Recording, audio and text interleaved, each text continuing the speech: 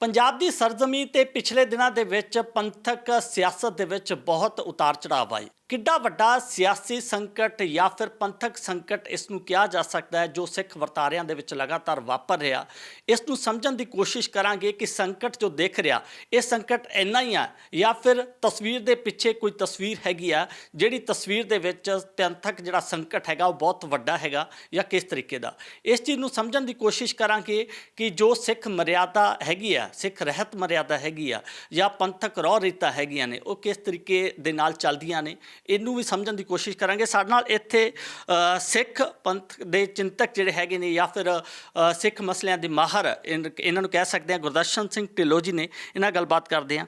ਢਿੱਲੋਂ ਸਾਹਿਬ, ਬੜਾ ਸੰਵੇਦਨਸ਼ੀਲ ਮਸਲਾ ਹੈਗਾ ਜਿਹੜਾ ਕੱਲ੍ਹ ਸਾਹਮਣੇ ਆਇਆ।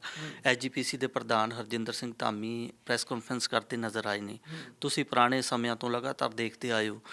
ਇਸ ਤਰੀਕੇ ਦੇ ਹਾਲਾਤ ਕਦੇ ਬਣੇ ਨੇ ਕਿ ਉਹ ਜਿਸ ਤਰੀਕੇ ਦਾ ਇਲਜ਼ਾਮ ਲਗਾ ਰਹੇ ਨੇ ਕਿ SGPC ਦੇ ਮੈਂਬਰਾਂ ਨੂੰ ਖਰੀਦਣ ਦੀ ਕੋਸ਼ਿਸ਼ ਕੀਤੀ ਗਈ, ਕੁਛ ਆਪ MLA ਜਾਂ ਕੁਛ ਕਾਂਗਰਸ ਦੇ MPਆਂ ਦਾ ਵੀ ਜ਼ਿਕਰ ਉਹ ਕਰਦੇ ਹੋਏ ਨਜ਼ਰ ਆਏ। ਕਦੇ SGPC ਦੇ ਮੈਂਬਰਾਂ ਨੂੰ ਵੀ ਖਰੀਦਣ ਦੀ ਕੋਸ਼ਿਸ਼ ਪਿਛਲੇ ਸਮੇਂ 'ਚ ਹੋਈ ਹੈ? ਜੇ ਹੋਈ ਹੈ ਤਾਂ ਇਸ ਵਾਰ ਇਹਨੂੰ ਕਿਵੇਂ ਦੇਖਦੇ ਹੋ ਤੁਸੀਂ? ਦੇਖੋ ਜੀ, ਇਹ ਜੇ ਹੋਈ ਹੈ ਤਾਂ ਮੰਦਭਾਗੀ ਗੱਲ ਹੈ। SGPC ਦੇ ਮੈਂਬਰਾਂ ਦੀ ਇੱਕ ਜ਼ਿੰਮੇਵਾਰੀ ਹੈ, ਪੰਥ ਲਈ ਜ਼ਿੰਮੇਵਾਰੀ ਹੈ। ਜੋ ਪੰਥਕ ਹਿੱਤ ਦੇ ਵਿੱਚ ਉਹਨਾਂ ਨੇ ਡਿਸੀਜਨ ਲੈਣੇ ਆ ਉਹ ਮੁਬਾਰਕ ਆ।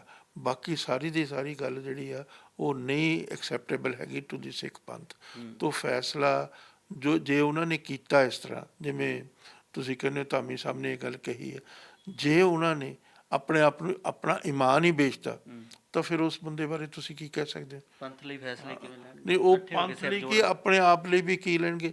ਜਿਸ ਬੰਦੇ ਨੇ ਆਪਣੀ ਅੰਤਰ ਆਤਮਾ, ਜਿਹੜਾ ਧਰਮ ਹੈ ਉਹ ਅੰਦਰ ਆਤਮਾ ਹੈ ਨਾ, ਤਾਂ ਅੰਦਰ ਆਤਮਾ ਹੀ ਜਿਹੜੀ ਉਸਨੇ ਵੇਚ ਦਿੱਤੀ, ਉਹ ਮਨੁੱਖ ਥੋੜ੍ਹਾ ਰਹਿ ਗਿਆ, ਉਹ ਤਾਂ ਇੱਕ ਜਾਨਵਰ ਤੋਂ ਵੀ ਮਾੜਾ ਬੰਦਾ ਬਣ ਗਿਆ। ਤੋ ਇਸ ਕਿਸਮ ਦੀ ਜ਼ਹਿਨੀਅਤ ਵਾਲੇ ਬੰਦਿਆਂ ਨੂੰ ਅਸੀਂ ਕੀ ਕਹਿ ਸਕਦੇ ਹਾਂ? ਅਸੀਂ ਤਾਂ ਉਹਨਾਂ ਬਾਰੇ ਕੁਛ ਮਤਲਬ ਲਾਹਨਤ ਹੀ ਪਾ ਸਕਦੇ ਹਾਂ ਉਹਨਾਂ ਬੰਦਿਆਂ ਨੂੰ, ਔਰ ਉਹ ਲਾਹਨਤ ਦੇ ਹੀ ਕਾਬਿਲ ਹੈ। ਉਹ ਇਨਸਾਨੀਅਤ ਉਹਨਾਂ ਦੇ ਵਿੱਚ ਹੈ ਹੀ ਨਹੀਂ। ਉਹਨਾਂ ਵਿੱਚ ਕੋਈ ਧਰਮ ਨਹੀਂ, ਕੋਈ ਉਹਨਾਂ ਦੇ ਵਿੱਚ ਸੂਝ ਨਹੀਂ, ਸਮਝ ਨਹੀਂ, ਗਿਆਨ ਨਹੀਂ। ਜੋ ਗੁਰੂ ਦੀ ਰਹਿਮਤ ਆ ਉਹ ਨਹੀਂ ਉਹਨਾਂ ਦੇ ਵਿੱਚ ਹੈ। ਅੱਛਾ, ਮੈਂ ਇਸੇ ਡਿਜ਼ਾਈਨ 'ਤੇ ਵੀ ਆਉਣ ਲੱਗਿਆ ਸੀਗਾ ਕਿ ਜਿਸ ਤਰੀਕੇ ਦੀਆਂ ਇਹ ਚੀਜ਼ਾਂ ਚੱਲ ਰਹੀਆਂ ਨੇ, ਪ੍ਰਵਿਰਤੀਆਂ ਚੱਲ ਰਹੀਆਂ ਨੇ ਹੈ ਨਾ, ਖਰੀਦੋ ਫਰੋਖਤ ਦੀਆਂ ਇਲਜ਼ਾਮ ਲੱਗ ਰਹੇ ਨੇ, ਤਾਂ ਇਹ ਪੰਥ ਲਈ ਕਿੰਨਾ ਕੁ ਖਤਰਨਾਕ ਹੋ ਸਕਦਾ ਹੈ ਕਿ ਸਿੱਖ ਸਿਆਸਤ ਲਈ, ਜਾਂ ਫਿਰ ਇਹਦੇ ਪਿੱਛੇ ਕੀ ਡਿਜ਼ਾਈਨ ਹੋ ਸਕਦਾ ਤੁਸੀਂ ਮੰਨਦੇ? ਦੇਖੋ ਜੀ, ਇਹ ਤਾਂ ਹੁਣ ਮੈਂ ਕੀ ਕਹਿ ਸਕਦਾ। ਇਹ ਤਾਂ ਉਹ ਜਿਹੜੇ ਬੰਦੇ ਕੀ ਵਾਕਈ ਖਰੀਦੇ ਗਏ ਜਾਂ ਨਹੀਂ ਖਰੀਦੇ ਗਏ, ਮੈਨੂੰ ਮੇਰੀ ਨੌਲੇਜ ਤਾਂ ਇਹ ਗੱਲ ਹੈ ਨਹੀਂ। ਮੈਂ ਤਾਂ ਦੂਰੋਂ ਵਾਚ ਕਰ ਰਿਹਾ, ਜੋ ਅਖਬਾਰਾਂ 'ਚ ਆ ਰਿਹਾ, ਸੋਸ਼ਲ ਮੀਡੀਆ 'ਤੇ ਆ ਰਿਹਾ, ਉਹਦੇ ਅਨੁਭਵ ਦੇ ਬਾਰੇ ਹੀ ਮੈਂ ਕੁਛ ਕਹਿ ਸਕਦਾ। ਤੋ ਇਸ ਦੇ ਵਿੱਚ ਜੇ ਫਰਜ਼ ਕਰੋ ਇਹ ਗੱਲ ਹੋਈ ਆ, ਇਹ ਮੰਦਭਾਗੀ ਗੱਲ ਹੈ। ਖਾਸ ਤੌਰ 'ਤੇ ਕਿਸੇ ਵੀ ਸਿਸਟਮ 'ਚ ਨਹੀਂ ਹੋਣੀ ਚਾਹੀਦੀ। ਖਾਸ ਤੌਰ 'ਤੇ ਜਿਹੜਾ ਧਾਰਮਿਕ ਸਿਸਟਮ ਹੈ ਸਾਡਾ, ਜਿਹੜਾ ਸਾਡੇ ਲਈ ਮੀਰੀ ਪੀਰੀ ਇੱਕ ਹੈ, ਸਾਡੇ ਲਈ ਦੋ ਮੀਰੀ ਪੀਰੀ ਸਿਧਾਂਤ ਨਹੀਂ, ਇੱਕੋ ਹੀ ਸਿਧਾਂਤ ਹੈ। ਤੋ ਉਸ ਦੇ ਵਿੱਚ ਮਨੁੱਖ ਨੇ ਗੁਰੂ ਦਾ ਜੋ ਆਦੇਸ਼ ਆ, ਇਸ ਦੁਨੀਆ ਦੇ ਵਿੱਚ, ਸਮਾਜ ਦੇ ਵਿੱਚ ਇੱਕ ਬੜੇ ਸੁਚੱਜੇ ਢੰਗ ਦੇ ਨਾਲ ਆਪਣੇ ਗੁਰੂ ਨੂੰ, ਰੱਬ ਨੂੰ ਯਾਦ ਕਰਕੇ ਵਿਚਰਨਾ ਹੈਗਾ। ਤੋ ਜੇ ਕੋਈ ਆਦਮੀ ਆਪਣਾ ਈਮਾਨ ਵੇਚ ਰਿਹਾ, ਜੇ ਆਪਣੀ ਉਹ ਆਤਮਾ ਨੂੰ ਮਤਲਬ ਇਸ ਤਰੀਕੇ ਨਾਲ ਮਲਾਈਨ ਕਰ ਰਿਹਾ ਇਹਨਾਂ ਹਰਕਤਾਂ ਦੇ ਨਾਲ, ਤਾਂ ਉਸ ਦੇ ਬਾਰੇ ਆਪਾਂ ਕੀ ਕਹਿ ਸਕਦੇ ਹਾਂ? ਉਸ ਦੇ ਬਾਰੇ ਆਪਾਂ ਇਹੀ ਕਹਿ ਸਕਦੇ ਹਾਂ ਵੀ ਉਹਨੂੰ ਲਾਹਨਤ ਪੈਣੀ ਚਾਹੀਦੀ, ਉਹਦੀ ਆਤਮਾ ਝੰਜੋੜੀ ਜਾਣੀ ਚਾਹੀਦੀ ਹੈ। ਸੋ ਜੇ ਲਗਾਤਾਰ ਇਹ ਗੱਲਾਂ ਬਾਤਾਂ ਲਗਾਤਾਰ ਚੱਲਦੀਆਂ, ਅਕਾਲੀ ਦਲ ਵੀ ਇਸ ਤਰੀਕੇ ਦੇ ਇਲਜ਼ਾਮ ਲਗਾਉਂਦਾ ਰਹਿੰਦਾ, SGPC ਵੱਲੋਂ ਵੀ ਕਈ ਵਾਰੀ ਕਿਹਾ ਗਿਆ ਕਿ RSS ਜਾਂ BJP ਪਿੱਛੇ ਲਗਾਤਾਰ ਐਕਟਿਵ ਦਿਖ ਰਹੇ ਨੇ, ਉਹਨਾਂ ਵੱਲੋਂ ਤੋੜਨ ਦੀ ਕੋਸ਼ਿਸ਼ ਕੀਤੀ ਜਾ ਰਹੀ ਹੈ ਕਈ ਚੀਜ਼ਾਂ ਨੂੰ, ਉਹ ਕਿਸੇ ਡਿਜ਼ਾਈਨ ਦੇ ਤਹਿਤ ਕੰਮ। RSS ਦਾ ਇੱਕ ਏਜੰਡਾ ਹੈ ਕਿ ਕਿਸ ਤਰੀਕੇ ਦੇ ਨਾਲ ਸਿੱਖਾਂ ਦੀ ਸੋਵਰਨ ਇੰਡੀਪੈਂਡੈਂਟ ਆਈਡੈਂਟੀਟੀ ਆ, ਜਿਹੜੀ ਉਹਦੀ ਧਾਰਮਿਕ, ਉਸ ਨੂੰ ਅਸੀਂ ਖ਼ਤਮ ਕਰਕੇ ਸਿੱਖ ਆਈਡੈਂਟੀਟੀ ਨੂੰ ਹਿੰਦੂਇਜ਼ਮ ਦੇ ਵਿੱਚ ਲੈ ਕੇ ਆਉਣਾ, ਉਹਨੂੰ ਹਿੰਦੂਇਜ਼ਮ ਦੇ ਫੋਲਡ 'ਚ ਲੈ ਕੇ ਸਿੱਖਾਂ ਨੂੰ ਹਿੰਦੂ ਕਰਾਰ ਦੇਣਾ। ਇਹ ਅੱਜ ਦੀ ਗੱਲ ਨਹੀਂ ਹੈ। 1925 'ਚ ਸ਼੍ਰੋਮਣੀ ਗੁਰਦੁਆਰਾ ਪ੍ਰਬੰਧਕ ਕਮੇਟੀ ਬਣੀ, ਉਸ ਤੋਂ ਪਹਿਲਾਂ ਆਰੀਆ ਸਮਾਜ ਬਣਿਆ। ਸਾਰੀ ਕੋਸ਼ਿਸ਼ ਲਗਾਤਾਰ ਚੱਲਦੀ ਆ ਰਹੀ ਹੈ। ਉਹਨਾਂ ਦਾ ਸਿਰਫ ਇੱਕੋ ਪਰਪਸ ਆ, ਕਾਹਦੀ ਦੁਸ਼ਮਣੀ ਹੈ ਸਿੱਖਾਂ ਦੇ ਨਾਲ? ਕੋਈ ਐਨਿਮਿਟੀ ਨਹੀਂ, ਸਿਰਫ ਇੱਕੋ ਗੱਲ ਹੈ ਕਿ ਉਹ ਜੋ RSS ਕਹਿੰਦੀ ਆ ਜਾਂ ਹਿੰਦੂ ਮਹਾਸਭਾ ਕਹਿੰਦੀ ਆ ਜਾਂ ਦੂਸਰੀਆਂ ਹੋਰ ਹਿੰਦੂ ਜਥੇਬੰਦੀਆਂ, ਆਰੀਆ ਸਮਾਜ ਕਹਿੰਦਾ ਵੀ ਤੁਸੀਂ ਇੰਡੀਪੈਂਡੈਂਟ ਨਹੀਂ, ਤੁਸੀਂ ਸੋਵਰਨ ਨਹੀਂ, ਤੁਸੀਂ ਹਿੰਦੂਆਂ ਦਾ ਭਾਗ ਹੋ, ਆ ਪਾਰਟ ਹੋ। ਆਹ ਗੱਲ ਦੀ ਸਾਰੀ ਸਿੱਖਾਂ ਨੂੰ ਸਜ਼ਾ ਦਿੱਤੀ ਜਾ ਰਹੀ। ਸਿੱਖ ਉਹ ਸਜ਼ਾ ਬੜੇ ਢੰਗ ਦੇ ਨਾਲ, ਬੜੇ ਸਹਿਜ ਦੇ ਵਿੱਚ ਉਸ ਨੂੰ ਕਬੂਲ ਕਰਦੇ ਆ ਵੀ ਅਸੀਂ ਹਿੰਦੂ ਨਹੀਂ, ਅਸੀਂ ਹਿੰਦੂ ਨਹੀਂ। ਗੁਰੂ ਅਰਜਨ ਦੇਵ ਮਹਾਰਾਜ ਦਾ ਵਾਕ ਆ ਜਿਸ ਦੇ ਵਿੱਚ ਉਹਨਾਂ ਨੇ ਕਿਹਾ ਨਾ ਹਮ ਹਿੰਦੂ ਨਾ ਮੁਸਲਮਾਨ, ਪਿੰਡ ਪੁਰਾਣ ਵਾਲੀ ਤੁਕ ਤੁਸੀਂ ਸੁਣੀ ਹੋਣੀ ਹੈ। ਤੋ ਮਹਾਰਾਜ ਨੇ ਬੜੀ ਕਲੀਅਰਲੀ ਸ਼੍ਰੀ ਗੁਰੂ ਗ੍ਰੰਥ ਸਾਹਿਬ ਦੇ ਵਿੱਚ ਇਹ ਨਹੀਂ ਵੀ ਫਲਾਣਾ ਬੰਦਾ ਐ ਕਹਿੰਦਾ ਵੀ ਹਮ ਹਿੰਦੂ ਨਹੀਂ। ਭਾਈ ਕਾਹਨ ਸਿੰਘ ਨੇ ਕਿਤਾਬ ਵੀ ਲਿਖਤੀ ਹਮ ਹਿੰਦੂ ਨਹੀਂ, ਹੋਰ ਲੋਕਾਂ ਨੇ ਬਥੇਰੀਆਂ ਕਿਤਾਬਾਂ ਲਿਖੀਆਂ। ਦੂਸਰੇ ਪਾਸੇ ਆਰੀਆ ਸਮਾਜੀ ਲੀਡਰਾਂ ਨੇ ਉਹਨਾਂ ਨੇ ਸਤਿਆਰਥ ਪ੍ਰਕਾਸ਼ ਆ ਸਵਾਮੀ ਦਇਆਨੰਦ ਦਾ ਜਿਹੜਾ ਧਾਰਮਿਕ ਗ੍ਰੰਥ ਆ, ਉਹਦੇ ਵਿੱਚ ਲਿਖਿਆ ਕਲੀਅਰਲੀ, ਉਹਦੇ ਵਿੱਚ ਇਹੀ ਲਿਖਿਆ ਵੀ ਸਿੱਖ ਕੋਈ ਮਤਲਬ ਇੰਡੀਪੈਂਡੈਂਟ ਸੋਵਰਨ ਰਿਲੀਜਨ ਨਹੀਂ ਹੈ, ਸਿੱਖ ਹਿੰਦੂ ਆ। ਉਹਦੇ ਵਿੱਚ ਕਲੀਅਰਲੀ ਲਿਖਿਆ, ਨਿੰਦਿਆ ਗਿਆ ਗੁਰੂ ਨਾਨਕ ਮਹਾਰਾਜ ਨੂੰ, ਮਤਲਬ ਬਹੁਤ ਅਪਸ਼ਬਦ ਕਹੇ ਗਏ ਆ ਦੂਸਰੇ ਗੁਰੂ ਸਾਹਿਬਾਨ ਬਾਰੇ, ਸਿੱਖਾਂ ਦੀ ਆਇਡੈਂਟੀਟੀ ਬਾਰੇ, ਸਿੱਖਾਂ ਦੀ ਲੈਂਗੁਏਜ ਬਾਰੇ। ਪੰਜਾਬੀ ਜਿਹੜੀ ਲੈਂਗੁਏਜ ਆ ਉਸ ਨੂੰ ਕੰਡੈਮ ਕੀਤਾ ਗਿਆ, ਗੁਰਮੁਖੀ ਨੂੰ, ਮਤਲਬ ਬਹੁਤ ਚੀਜ਼ਾਂ ਕਹੀਆਂ। ਆਰੀਆ ਸਮਾਜ ਹੁਣ ਮੈਂ ਡਿਟੇਲ 'ਚ ਦੱਸਾਂ ਤਾਂ ਬਹੁਤ ਲੰਬਾ ਹੋ ਜਾਂਦੀ ਗੱਲ। ਉਹਨੇ ਕਿਹਾ ਵੀ ਜਿਹੜਾ ਗੁਰੂ ਨਾਨਕ ਆ ਉਹਨੇ ਤਾਂ ਪਾਣਿਨੀ ਦੀ ਗ੍ਰਾਮਰ ਨਹੀਂ ਸੀ ਪੜ੍ਹੀ, ਤਾਂ ਉਸ ਦਾ ਕੋਈ ਰਾਈਟ ਹੀ ਨਹੀਂ ਵੀ ਉਹ ਕੋਈ ਰੱਬ ਬਾਰੇ ਕੋਈ ਗੱਲ ਕਰ ਸਕੇ। ਤੋ ਇੱਕ ਬਹੁਤ ਸਾਰੀਆਂ ਚੀਜ਼ਾਂ ਹੈਗੀਆਂ ਇਸ ਤਰ੍ਹਾਂ ਦੇ, ਬੜੇ ਕਨਫਲਿਕਟ ਚੱਲੇ ਆ ਰਹੇ। ਗਿਆਨੀ ਦਿੱਤ ਸਿੰਘ ਨੇ ਆਰੀਆ ਸਮਾਜ ਨੂੰ ਜਵਾਬ ਦਿੱਤੇ, ਝਗੜਾ ਸਾਰਾ ਚੱਲਿਆ ਆ ਰਿਹਾ। ਅੱਜ ਦੀ ਗੱਲ ਨਹੀਂ ਹੈ, ਇਹ ਨਵੀਂ ਗੱਲ ਨਹੀਂ ਹੈ, ਇਹ ਗੱਲ ਤੁਰ ਤੋਂ ਚੱਲੀ ਆ ਰਹੀ। ਜਦੋਂ ਤੋਂ ਸਿੱਖਾਂ ਨੇ ਆਪਣੇ ਆਪ ਨੂੰ ਕਿਹਾ ਵੀ ਅਸੀਂ ਇੰਡੀਪੈਂਡੈਂਟ ਸੋਵਰਨ ਰਿਲੀਜਨ ਆ ਸਾਡਾ, ਅਸੀਂ ਹਿੰਦੂਆਂ ਦਾ ਕੋਈ ਪਾਰਟ ਨਹੀਂ ਜਿਸ ਤਰ੍ਹਾਂ ਅਸੀਂ ਮੁਸਲਮਾਨਾਂ ਦਾ ਕੋਈ ਪਾਰਟ ਨਹੀਂ। ਤਾਂ ਉਸ ਦਿਨ ਤੋਂ ਇਹ ਝਗੜਾ ਸ਼ੁਰੂ ਹੋਇਆ ਵਾ।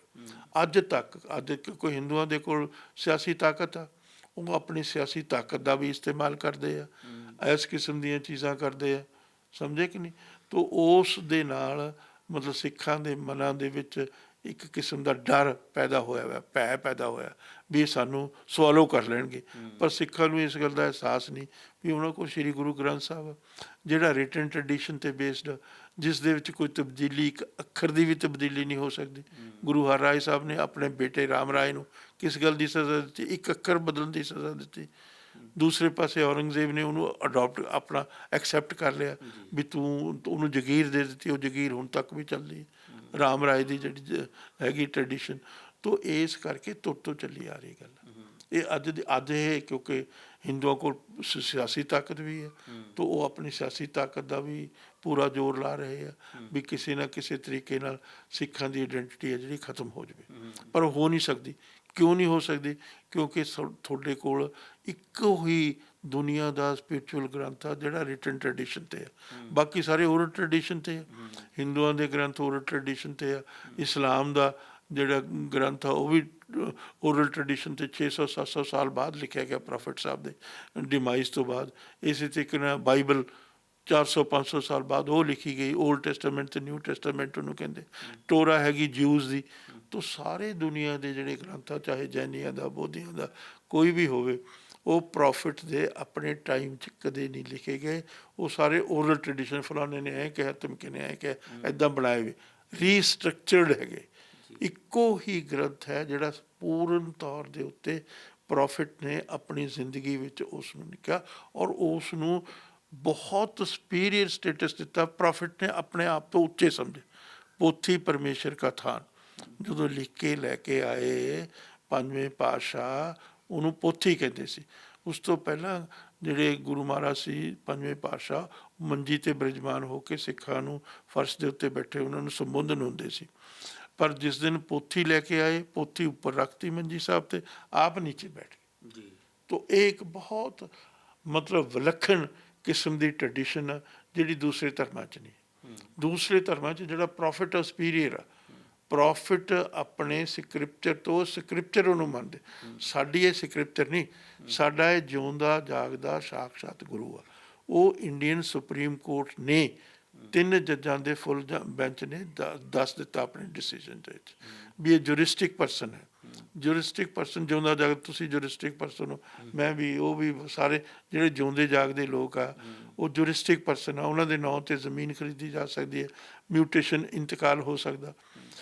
ਤਾਂ ਇਸੇ ਤਰੀਕੇ ਦੇ ਨਾਲ ਉਹਨਾਂ ਨੇ ਕਿਹਾ Shri Guru Granth Sahib is juristic person and that status is not assigned. ਮੈਂ ਕੋਟ ਕਰ ਰਿਹਾ ਸੁਪਰੀਮ ਕੋਰਟ ਦੀ wording, that status is not assigned to the Hindu idol and to the Christian cross. ਤੂੰ ਗੱਲ ਸਾਫ਼ ਕਰ ਦਿੱਤੀ।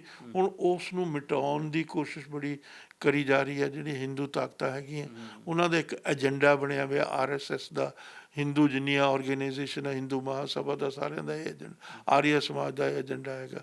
ਤੋ ਇਸ ਕਰਕੇ ਜਿਹੜੀ ਗੱਲ ਹੈ ਉਸ 'ਤੇ ਕਿਸੇ ਨੇ ਹੋਰ ਨਹੀਂ ਪਹਿਰਾ ਦੇਣਾ, ਗੁਰੂ ਗ੍ਰੰਥ ਸਾਹਿਬ ਆਪ ਹੀ ਸਾਖਸ਼ਾਤ ਉਸ ਦਾ ਸਬੂਤ ਹੈ।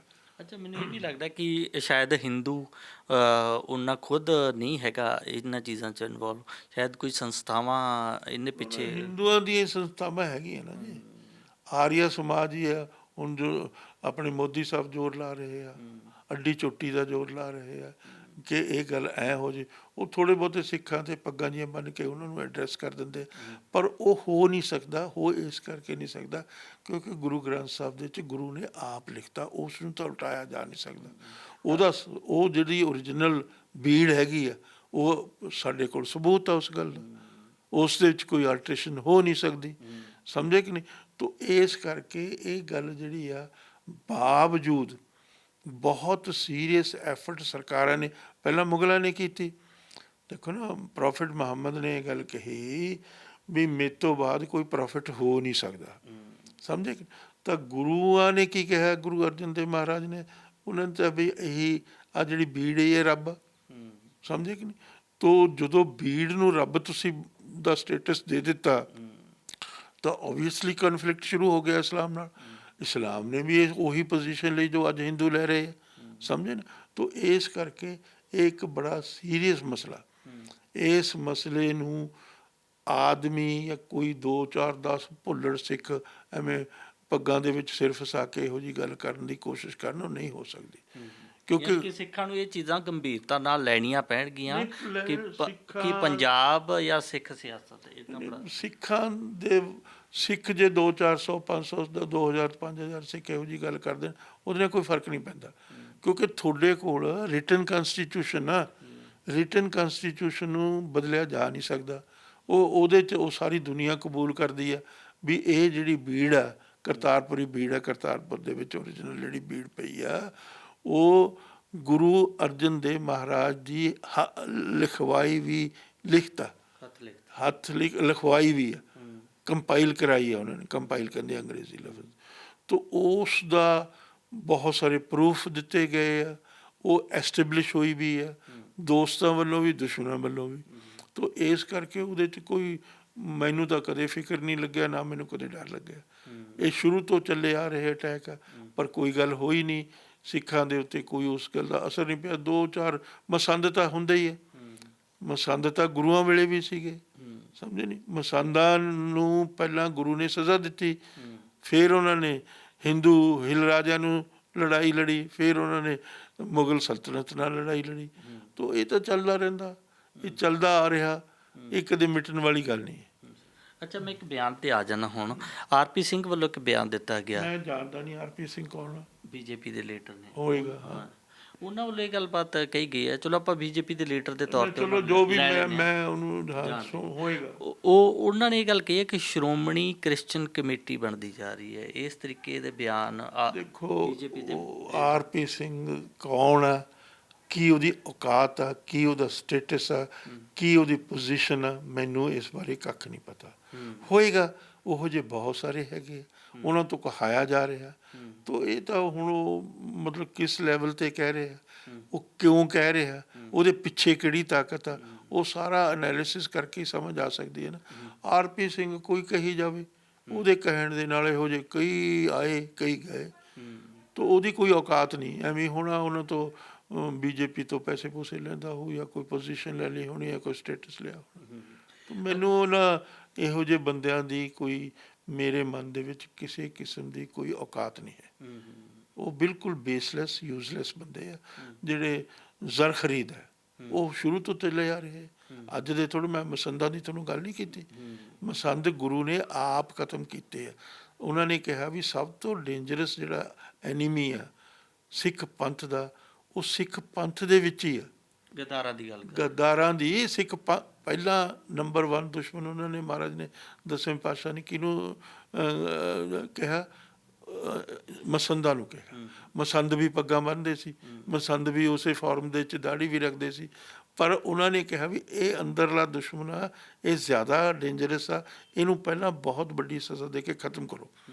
ਸਮਝੇ? ਉਹ ਮਸੰਦ ਹੁਣ ਵੀ ਹੈਗੇ, ਉਹ ਰਹਿਣਗੇ। ਅੱਛਾ, ਇਹ ਸਿੱਖ ਸਿਆਸਤ ਦੇ ਉੱਤੇ ਕੀ ਅਸਰ ਦੇਖਦੇ ਹੋ? ਜਿਹੜਾ ਵੈਕਿਊਮ ਮੈਂ ਦੱਸਦਾ, ਜੇ ਸਿੱਖ ਸਿਆਸਤ ਗੁਰੂ ਦੇ ਉਸੂਲਾਂ ਦੇ ਉੱਤੇ ਨਿਰਭਰ ਹੈਗੀ ਆ, ਉੱਤੇ ਚੱਲ ਰਹੀ ਆ, ਤਾਂ ਸਿੱਖ ਸਿਆਸਤ ਨੂੰ ਕੋਈ ਦੁਨੀਆ ਖਤਮ ਨਹੀਂ ਕਰ ਸਕਦੀ। ਕੋਈ ਦੁਨੀਆ ਖਤਮ ਨਹੀਂ ਕਰ ਸਕਦੀ। ਜੇ ਸਿੱਖ ਸਿਆਸਤ ਸਵਾਰਥਾਂ ਤੇ ਬੇਸਡ ਆ ਜਾਂ ਆਪਣੇ ਜ਼ਾਤੀ ਮਫਾਦ ਲਈ ਕਿਸੇ ਤੋਂ ਫੇਵਰ ਲੈਂਦੀ ਆ, ਕਿਸੇ ਤੋਂ, ਜਿਸ ਤਰ੍ਹਾਂ ਤੁਸੀਂ ਆਰਪੀ ਸਿੰਘ ਦੀ ਗੱਲ ਕੀਤੀ ਆ, ਤਾਂ ਫਿਰ ਤਾਂ ਉਹਦਾ ਤਾਂ ਕੋਈ ਵੈਲਿਊ ਨਹੀਂ, ਉਹਦੀ ਕੋਈ ਔਕਾਤ ਨਹੀਂ, ਉਹਦੀ ਕੋਈ ਬੁਨਿਆਦ ਨਹੀਂ। ਤੇ ਇਹਦੇ 'ਚ ਆਪਾਂ ਥੋੜ੍ਹਾ ਹੋਰ ਅੱਗੇ ਵੱਧਦੇ ਹਾਂ, ਕਿਵੇਂ ਆਪਣਾ ਖੇਤਰੀ ਪਾਰਟੀ ਵੱਲ ਵੀ ਵੱਧ ਜਾਂਦੇ ਹਾਂ। ਕਦੇ ਪਿਛਲੇ ਸਮਿਆਂ ਦੇ ਵਿੱਚ ਤੁਸੀਂ ਇਹ ਚੀਜ਼ਾਂ ਐਨਾਲਾਈਜ਼ ਕੀਤੀਆਂ ਕਿ ਪੰਜਾਬ ਦੀ ਖੇਤਰੀ ਪਾਰਟੀ ਦਾ ਕਿੰਨਾ ਕੁ ਜ਼ਰੂਰਤ ਹੈਗੀ ਆ? ਪੰਜਾਬ ਇੱਕ ਰੀਜਨ ਹੈ ਜਿਹਦੀ ਆਪਣੀ ਜੋਗ੍ਰਾਫੀ ਆ, ਜਿਹਦਾ ਆਪਣਾ ਕਲਚਰ ਆ, ਜਿਹਦੀ ਆਪਣੀ ਲੈਂਗੁਏਜ ਆ, ਜਿਹਦੀ ਆਪਣੀ ਤਹਿਜ਼ੀਬ ਆ, ਜਿਹਦਾ ਆਪਣਾ ਇਤਿਹਾਸ ਆ, ਉਹ ਹਮੇਸ਼ਾ ਹੀ ਰਹੇਗਾ, ਉਹਨੂੰ ਮਿਟਾਇਆ ਜਾ ਨਹੀਂ ਸਕਦਾ। ਸਮਝੇ? ਤੋ ਇਸ ਕਰਕੇ ਜਿਸ ਤਰ੍ਹਾਂ ਹੋਰ ਇਹ ਮਲਟੀਕਲਚਰਲ ਸੁਸਾਇਟੀ ਆ, ਜਿਹੜਾ ਮੁਲਕ ਆ ਮਲਟੀ ਲਿੰਗੁਅਲ ਵੀ ਆ, ਮਲਟੀ ਕਲਚਰਲ ਵੀ ਆ, ਮਲਟੀ ਰਿਲੀਜੀਅਸ ਵੀ ਆ। ਅੱਡ ਅੱਡ ਕਿਸਮ ਦੇ ਧਾਰਮਿਕ ਲੋਕ ਰਹਿੰਦੇ ਇਸ ਮੁਲਕ ਦੇ ਵਿੱਚ, ਅੱਡ ਅੱਡ ਕਿਸਮ ਦੀਆਂ ਲੈਂਗੁਏਜਿਸ ਬੋਲੀਆਂ ਜਾਂਦੀਆਂ। ਤੁਹਾਨੂੰ ਪਤਾ, ਤੁਸੀਂ ਸਾਊਥ ਇੰਡੀਆ ਚਲੇ ਜਾਓ, ਇੱਕ ਵੀ ਹਿੰਦੀ ਦਾ ਲਫ਼ਜ਼ ਉੱਥੇ ਬੋਲਿਆ ਨਹੀਂ ਜਾ ਸਕਦਾ। ਸਮਝੇ ਕਿ ਨਹੀਂ? ਇਸੇ ਤਰੀਕੇ ਨਾਲ ਇੱਧਰ ਆ ਜਾਓ, ਉਹ ਤਾਮਿਲਨਾਡੂ ਦੀ ਜਿਹੜੀ ਲੈਂਗੁਏਜਿਸ ਹੈ, ਉਹਨਾਂ ਦਾ ਕਲਚਰ ਆ, ਉਹਨੂੰ ਨਹੀਂ ਸਮਝਦੇ। ਤਾਂ ਇਹ ਇੱਕ ਬੜਾ ਮਤਲਬ ਮਿਲਗੋਬਾ ਹੈਗਾ, ਮਿਲਾਵਟ ਆ। ਬਹੁਤ ਸਾਰੇ ਕਲਚਰ, ਬਹੁਤ ਸਾਰੇ ਰਿਲੀਜਨ, ਬਹੁਤ ਸਾਰੀਆਂ ਲੈਂਗੁਏਜਿਸ, ਬਹੁਤ ਸਾਰੀਆਂ ਤਹਿਜ਼ੀਬਾਂ ਇੱਥੇ ਰਹਿੰਦੀਆਂ ਇਸ ਮੁਲਕ ਦੇ ਵਿੱਚ। ਅਤੇ ਇੱਕ ਯੂਨੀਫਾਈਡ, ਜਿਸ ਤਰ੍ਹਾਂ ਅਮਰੀਕਾ ਇੰਗਲਿਸ਼ ਲੈਂਗੁਏਜ ਆ ਸਾਰੇ ਅਮਰੀਕਾ ਦੀ, ਕਿੱਡਾ ਵੱਡਾ ਮੁਲਕ ਆ। ਤਾਂ ਉਹ ਇੱਥੇ ਇਸ ਤਰ੍ਹਾਂ ਦੀ ਗੱਲ ਹੋ ਨਹੀਂ ਸਕਦੀ, ਜਿਹੜੀ ਕੀਤੀ ਜਾਣ ਦੀ ਕੋਸ਼ਿਸ਼ ਹੋ ਰਹੀ ਹੈ। ਸਮਝੇ ਨਾ? ਤਾਂ ਇਸ ਕਰਕੇ ਇਹ ਸਾਡਾ ਜਿਹੜਾ ਖੇਤਰ ਆ, ਉਸ ਦੇ ਵਿੱਚ ਉਹਦੀ ਆਪਣੀ ਇੱਕ ਆਈਡੈਂਟੀਟੀ ਆ। ਉਸ ਆਈਡੈਂਟੀਟੀ ਨੂੰ ਮਲੀਆਮੇਟ ਕੀਤਾ ਨਹੀਂ ਜਾ ਸਕਦਾ, ਚਾਹੇ ਕਿੰਨੀ ਵੀ ਕੋਸ਼ਿਸ਼ ਕੀਤੀ ਜਾਵੇ ਸਰਕਾਰ ਵੱਲੋਂ ਜਾਂ ਹੋਰ ਇਸ ਕਿਸਮ ਦੇ ਅਦਾਰਿਆਂ ਵੱਲੋਂ। ਅੱਛਾ, ਇੱਕ ਚੀਜ਼ ਮੈਨੂੰ ਯਾਦ ਆ ਗਈ ਤੁਹਾਡਾ, ਇੱਕ ਵਾਰੀ ਕਿਉਂਕਿ ਸਰਕਾਰਾਂ ਦੇ ਤੁਸੀਂ ਗੱਲਬਾਤ ਕੀਤੀ ਹੈ, ਸੈਂਟਰ ਸਰਕਾਰ ਦੀ ਜਾਂ ਪੰਜਾਬ ਸਰਕਾਰ। ਪੰਜਾਬ ਦੇ ਵਿੱਚ ਹੁਣ ਭਗਵੰਤ ਮਾਨ ਮੁੱਖ ਮੰਤਰੀ ਨੇ, ਤੁਹਾਡਾ ਇੱਕ ਵਾਰੀ ਪੇਚਾ ਵੀ ਪੈ ਗਿਆ ਸੀ ਉਹਨਾਂ, ਮੇਰੇ ਖਿਆਲ 'ਚ ਉਹਨਾਂ ਨੇ MP ਜਦੋਂ ਰਹਿੰਦਿਆਂ ਕੁਛ ਇਸ ਤਰ੍ਹਾਂ ਦਾ ਫੈਸਲਾ ਲੈ ਲਿਆ, ਸਹਿਜਧਾਰੀਆਂ ਦੇ ਉੱਤੇ ਫੈਸਲਾ ਲੈ ਲਿਆ ਕਿ ਅਲੱਗ ਹੀ ਉਹਨਾਂ ਨੇ ਸਟੈਂਡ ਲੈ ਲਿਆ। ਉਹ ਦੇਖੋ ਜੀ, ਹੁਣ ਦੇਖੋ, ਕਿਸੇ ਗੱਲ 'ਤੇ ਬੋਲਣ ਲਈ ਪਹਿਲਾਂ ਉਹਨੂੰ ਸਮਝਣ ਦੀ ਲੋੜ ਆ। ਸਹਿਜਧਾਰੀਆਂ ਨੇ ਅਪੀਲ ਕੀਤੀ ਵੀ ਸਾਨੂੰ ਰਾਈਟ ਟੂ ਵੋਟ ਚਾਹੀਦਾ ਸ਼੍ਰੋਮਣੀ ਗੁਰਦੁਆਰਾ ਪ੍ਰਬੰਧਕ ਕਮੇਟੀ ਲਈ, ਉਹਨਾਂ ਨੇ ਦੇ ਦਿੱਤਾ। ਤਾਂ ਉਸ ਦੇ ਵਿਰੋਧ ਦੇ ਵਿੱਚ ਆਰਡੀਨੈਂਸ ਲੈ ਕੇ ਆਈ ਗਵਰਨਮੈਂਟ ਆਫ ਇੰਡੀਆ, ਸਹਿਜਧਾਰੀਆਂ ਨੂੰ ਰਾਈਟ ਟੂ ਵੋਟ ਨਹੀਂ, ਕਿਉਂਕਿ ਵੋਟਰ ਦੀ ਡੈਫੀਨੇਸ਼ਨ ਆ ਸ਼੍ਰੋਮਣੀ ਗੁਰਦੁਆਰਾ ਪ੍ਰਬੰਧਕ ਕਮੇਟੀ ਦੇ ਐਕਟ ਦੇ ਵਿੱਚ। ਉਹ ਇੱਕ ਐਕਟ ਆ, ਉਸ 'ਤੇ ਡਿਫਾਈਨ ਕੀਤਾ ਕੌਣ ਵੋਟਰ ਹੋਏਗਾ। ਉਹ ਕੇਸਾਧਾਰੀ ਸਿੱਖ ਹੀ ਵੋਟਰ ਹੋ ਸਕਦਾ। ਤਾਂ ਉਸ ਦੇ ਉੱਤੇ ਸਟੇ ਦਿੱਤੀ ਸੁਪਰੀਮ ਕੋਰਟ ਨੇ। ਸ਼੍ਰੋਮਣੀ ਗੁਰਦੁਆਰਾ ਪ੍ਰਬੰਧਕ ਕਮੇਟੀ ਦੀ ਜਿਹੜੀ ਫੰਕਸ਼ਨਿੰਗ ਆ, ਉਹ ਬੰਦ ਕਰਤੀ ਉਹਨਾਂ ਨੇ ਵੀ ਉਨੀ ਦੇਰ ਜਿੱਥੇ ਜਿੱਥੇ ਬਹੁਤ ਜ਼ਰੂਰਤ ਆ ਉੱਥੇ ਤੁਸੀਂ ਚਲਾਓ, ਕਿਉਂਕਿ ਉਹਨੂੰ ਤਨਖਾਹਾਂ ਦੇਣੀਆਂ ਹੁੰਦੀਆਂ, ਕੰਮ ਕਾਰ ਮਾੜਾ ਮੋਟਾ ਚੱਲਦਾ, ਲੇਕਿਨ ਤੁਸੀਂ ਕੋਈ ਵੱਡਾ ਡਿਸੀਜ਼ਨ ਨਹੀਂ ਲੈ ਸਕਦੇ। ਤਾਂ ਉਸ ਦੇ ਵਿਰੋਧ ਦੇ ਵਿੱਚ ਗਵਰਨਮੈਂਟ ਆਫ ਇੰਡੀਆ ਨੇ ਇੱਕ ਆਰਡੀਨੈਂਸ ਲਿਆਂਦਾ ਤਾਂ ਕਿ ਉਹ ਜਿਹੜਾ ਐਕਟ ਹੈ ਉਸਨੂੰ ਖਤਮ ਕੀਤਾ ਉਹ ਜਿਹੜਾ ਫੈਸਲਾ ਹੈ ਉਸਨੂੰ ਖਤਮ ਕੀਤਾ ਜਾ ਸਕੇ, ਸੁਪਰੀਮ ਕੋਰਟ ਦਾ ਫੈਸਲਾ। ਉਸ ਦੇ ਵਿੱਚ ਪਾਰਲੀਮੈਂਟ ਦੇ ਵਿੱਚ ਇੱਕੋ ਹੀ ਆਦਮੀ ਬਦਕਿਸਮਤੀ ਦੇ ਨਾਲ ਭਗਵੰਤ ਮਾਨ ਉਸ ਦੇ ਹੱਕ ਵਿੱਚ ਬੋਲਿਆ, ਇਕੱਲਾ ਬੰਦਾ। ਵੀ ਹੋਣਾ ਚਾਹੀਦਾ, ਹੋਣਾ ਚਾਹੀਦਾ। ਉਹਨੇ ਪਤਾ ਕੀ ਕਿਹਾ, ਉਹਨੇ ਚੀਕਾਂ ਮਾਰ ਕੇ, ਜਿਵੇਂ ਉਹਦੀ ਆਦਤ ਆ ਅੱਡੀਆਂ ਜੀਆਂ ਚੱਕ ਕੇ ਬੋਲਣ ਦੇ, ਵੀ ਦੇਖੋ ਜੀ गुरुद्वारे में कोई जा, हिंदी टुट्टी भज्जी जी हिंदी जिमें बोलता, भी गुरुद्वारे में कोई जा सकता है, गुरुद्वारे में कोई लंगर खा सकता है, गुरुद्वारे में कोई रह सकता है, ये कर सकता है, इस तरह भी ये तो बिल्कुल बात गलत है। तो ਜਿਹੜੀ ਸੁਖਬੀਰ ਬਾਦਲ ਦੀ ਮਿਸਿਸ ਆ, ਉਹਨਾਂ ਨੇ ਉਸ ਨੂੰ ਬਹੁਤ ਸਟਰੋਂਗਲੀ ਅਪੋਜ਼ ਕੀਤਾ। ਜਿਹੜੀ ਭਗਵੰਤ ਮਾਨ ਦਾ ਸਟੈਂਡ ਸੀ, ਉਸ ਨੂੰ ਬਹੁਤ ਫੋਰਸਫੁਲੀ ਅਪੋਜ਼ ਕੀਤਾ, ਰਾਈਟਲੀ ਕੀਤਾ। ਤਾਂ ਉਸ ਤੋਂ ਬਾਅਦ ਕੀ ਹੋਇਆ, ਇਸ ਬੰਦੇ ਨੂੰ ਮੈਂ ਸਟੇਟਮੈਂਟ ਦਿੱਤੀ, ਮੈਂ ਕਿਹਾ ਬਿਲਕੁਲ ਠੀਕ ਕਿਹਾ ਤੂੰ, ਗੁਰਦੁਆਰੇ 'ਚ ਕੋਈ ਜਾ ਸਕਦਾ, ਲੰਗਰ ਛਕ ਸਕਦਾ, ਰਹਿ ਸਕਦਾ, ਜੋ ਉੱਥੇ ਦਾ ਕੰਫਰਟ ਆ ਲੈ ਸਕਦਾ, ਪਰ ਗੁਰਦੁਆਰੇ ਦੀ ਮੈਨੇਜਮੈਂਟ ਦੇ ਵਿੱਚ ਨੌਨ ਸਿੱਖ ਨਹੀਂ ਹੋ ਸਕਦਾ। ਹੁਣ ਇਹਨੂੰ, ਇਹ ਮੂਰਖ ਨੂੰ ਇਹ ਤਾਂ ਪਤਾ ਨਹੀਂ ਸੀ ਵੀ ਕੁਐਸਚਨ ਤਾਂ ਗੁਰਦੁਆਰੇ ਦੀ ਮੈਨੇਜਮੈਂਟ ਦਾ ਹੈ। ਜਿਹੜੀ ਸ਼੍ਰੋਮਣੀ ਗੁਰਦੁਆਰਾ ਮੈਨੇਜਿੰਗ ਕਮੇਟੀ ਹੈ, ਪ੍ਰਬੰਧਕ ਕਮੇਟੀ ਹੈ, ਉਹ ਪ੍ਰਬੰਧ ਚਲਾਉਣਾ ਉਹਨਾਂ ਨੇ ਗੁਰਦੁਆਰਿਆਂ ਦਾ। ਕੱਲ੍ਹ ਨੂੰ ਕੋਈ ਬੰਦਾ ਕਹੇ ਵੀ ਮੁਸਲਮਾਨਾਂ ਦੀਆਂ ਮਸਜਿਦਾਂ ਦਾ ਕੋਈ ਪ੍ਰਬੰਧ ਨੌਨ ਮੁਸਲਿਮ ਕਰ ਸਕਦਾ, ਟੋਲਰੇਟ ਕਰਨਗੇ? ਹਾਲਾਂਕਿ ਹਿੰਦੁਸਤਾਨ ਦੀ ਸਰਕਾਰ ਮੁਸਲਮਾਨਾਂ ਦੇ ਵਿਰੋਧ 'ਚ ਆ, ਪਰ ਕਦੇ ਵੀ ਉਹ ਇਹ ਗੱਲ ਹੋ ਨਹੀਂ ਸਕਦੀ। ਈਸਾਈਆਂ ਦੀਆਂ ਜਿਹੜੇ ਗਿਰਜੇ ਆ, ਉਹਨਾਂ ਦੇ ਵਿੱਚ ਈਸਾਈ ਪ੍ਰਬੰਧਕ ਹੋਏਗਾ, ਨਾ ਕਿ ਨੌਨ ਈਸਾਈ। ਇਸੇ ਤਰ੍ਹਾਂ ਹਿੰਦੂਆਂ ਦੇ ਮੰਦਰ ਆ, ਹਿੰਦੂਆਂ ਦੇ ਮੰਦਰਾਂ ਦੇ ਵਿੱਚ ਨੌਨ ਹਿੰਦੂ ਥੋੜ੍ਹਾ ਉਹਨੂੰ ਅਲਾਓ ਕਰਨਗੇ। ਮੇਰੀ ਗੱਲ ਸਮਝੇ ਨਾ? ਤਾਂ ਇਹ ਮੂਰਖ ਆਦਮੀ ਨੂੰ ਹੁਣ ਸਮਝ ਨਹੀਂ, ਮੂਰਖ ਨਾ ਰੁੱਝੀਏ, ਪੜ੍ਹ ਅਖਰੇ ਹੋ ਕੇ। ਮੇਰਾ ਮਤਲਬ ਉਹ ਫਿਰ ਉਹਨੇ ਮੈਨੂੰ ਫੋਨ ਕੀਤਾ ਵੀ ਇੱਥੇ ਮੈਂ ਬੈਠਾ ਸੀ, ਇੱਥੇ ਖਾਣਾ ਖਾ ਰਿਹਾ ਸੀ, ਦੁਪਹਿਰ ਸਰਦੀਆਂ ਦਾ ਮੌਸਮ। ਤਾਂ ਮੇਰਾ ਮਤਲਬ, ਮੈਂ ਕਿਹਾ ਉਹ ਤੂੰ, ਕਹਿੰਦਾ ਜੀ ਮੈਂ ਇੰਨੇ ਲੱਖ ਵੋਟਾਂ ਨਾਲ। ਮੈਂ ਕਿਹਾ ਤੂੰ 50 ਲੱਖ ਵੋਟਾਂ ਨਾਲ ਜਿੱਤ ਜਾ, ਮੇਰਾ ਉਸ ਨਾਲ ਕੰਸਰਨ ਨਹੀਂ। ਮੇਰਾ ਕੰਸਰਨ ਆ ਵੀ ਤੂੰ ਕੀ ਕਹੀ ਜਾਣਾ, ਬਗੈਰ ਸਮਝ ਤੋਂ ਕਹੀ ਜਾ, ਆਪਣਾ ਉੱਲੂ ਬਣਾ। ਫਿਰ ਆਪਣੇ ਆਪ ਨੂੰ ਕਹਿੰਦਾ ਮੈਂ ਹਮੇਸ਼ਾ ਹੀ ਆਪਣੀ ਆਪ ਤਾਰੀਫ ਕਰਦਾ। ਤਾਂ ਇਸ ਕਿਸਮ ਦਾ ਅਨਪੜ੍ਹ ਆਦਮੀ ਆ ਉਹ, ਸਕੂਲ ਜਾਂ ਪਤਾ ਨਹੀਂ ਕਾਲਜ 'ਚ ਮਾੜਾ ਮੋਟਾ 2-4 ਦਿਨ ਗਿਆ ਹੋਣਾ। ਤਾਂ ਇਸ ਕਿਸਮ ਦੀਆਂ ਗੱਲਾਂ ਹੁੰਦੀਆਂ ਬੜੀਆਂ ਸੈਂਸਿਟਿਵ। ਉਹਨਾਂ ਨੂੰ ਪਹਿਲਾਂ ਸਮਝ ਲੈਣਾ ਚਾਹੀਦਾ, ਫਿਰ ਸਮਝਣ ਤੋਂ ਬਾਅਦ ਜ਼ਰੂਰਤ ਪਏ ਤਾਂ ਬੋਲੋ।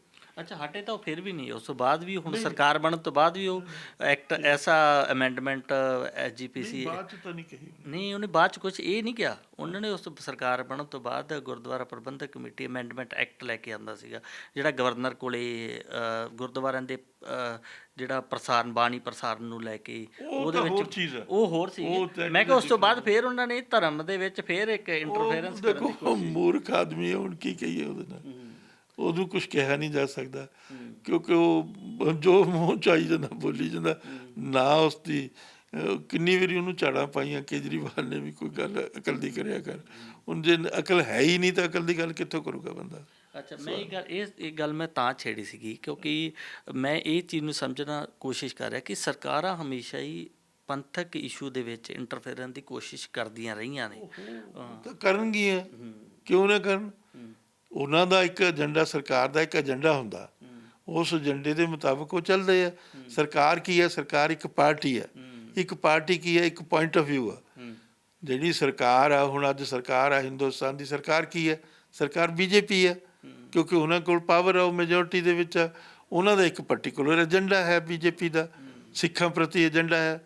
ਸਿੱਖਾਂ ਨੂੰ, ਸਿੱਖੀ ਨੂੰ ਖਤਮ ਕਰਕੇ ਹਿੰਦੂਇਜ਼ਮ ਦੇ ਫੋਲਡ 'ਚ ਲਿਆਉਣਾ ਚਾਹੁੰਦੇ ਆ। ਤਾਂ ਉਸ ਦੇ ਮੁਤਾਬਕ ਹੀ ਉਹ ਚੱਲਣਗੇ ਨਾ ਜੀ।